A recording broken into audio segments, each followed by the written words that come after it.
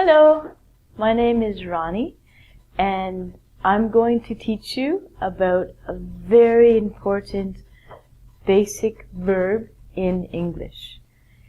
This is really good if it's the first verb you ever learn in English, or if you have learned English before and are reviewing your English lessons. I know also you may think, I don't need this. This is easy. I am very surprised the number of people who are really advanced English speakers who make mistakes using to be. So, I will help you to learn it or to review it. What I'm going to do is I'm going to teach you the positive, the negative, and also the question form, just to help you out. So, the first thing we have to do is go through the positive. We say, I am. Or you can also say or write, I'm. It's the same thing. With he, and this is a man or a boy, she, who's a girl or a woman, and it, we have to use is. Now, it is a singular noun, so that means one of something that is not a person. For example, my marker, I can say it. It is red. Okay? When we say he is, or she is, or it is, we can shorten it and we can say he's, she's, or it's. Again, these are the shortened versions. When we use you, we, and they, we have to use are. You is you. We includes myself and another person. We is plural. There's always at least two people, including you. They is also plural for people. It means more than one person who is not yourself. So I can say they like pizza. The other meaning we use for they, I told you that it is for a singular noun or singular thing. We also use they for plural nouns. So if the noun is plural, it's going to have an S on the end. For example, I told you that it is red for one marker. Magic, I have two markers. I have to say they are black and red.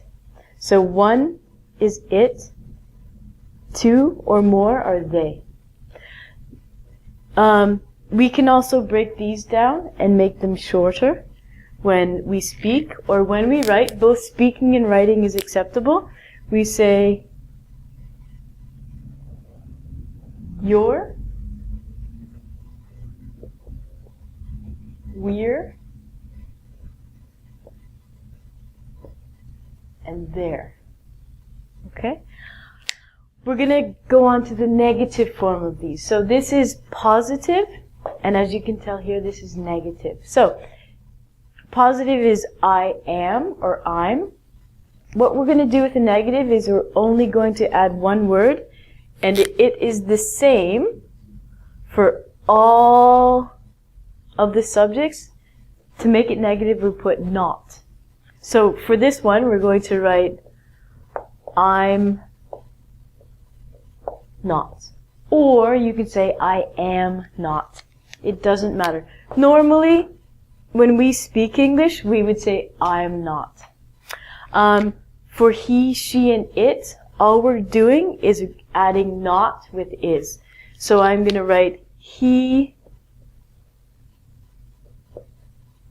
is not, Or you can say, she isn't. These two are exactly the same. And then you say, it isn't, or it is not. And the last three are, you are not, or we can say we are not, or we aren't. I can say they are not, or they aren't.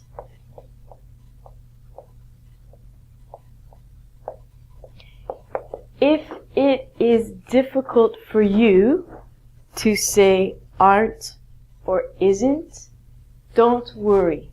Just if you want to try and start, you can practice saying he is not, she is not, I am not, you are not. Then when you feel comfortable, you can change it and shorten it. It'll be easy once you practice a couple times. The last thing that you're going to want to learn are the question forms of these, of to be verb. The first one we don't really use a lot in speaking, but we do use it when we talk to ourselves. Yes, you do. Or, as I like to say, your inner voice. A lot of people ask me, Ronnie, when will I ever become bilingual in English? One of the first ways that you are on the path to becoming bilingual is when you begin to think in English. So your inner voice or your thinkings, the language actually changes of how you think. This is a very good indication that you are slowly becoming bilingual. It takes time, so please do not think, oh my God, I don't want. Don't worry, it'll take a while. So, once you have done that, you're going to start thinking to yourself,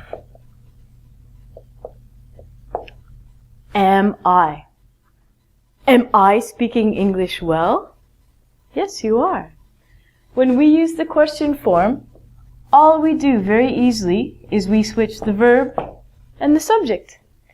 Try and do this one. If we switch the verb and the subject, he is, changes to, is he. We also say, is she, or is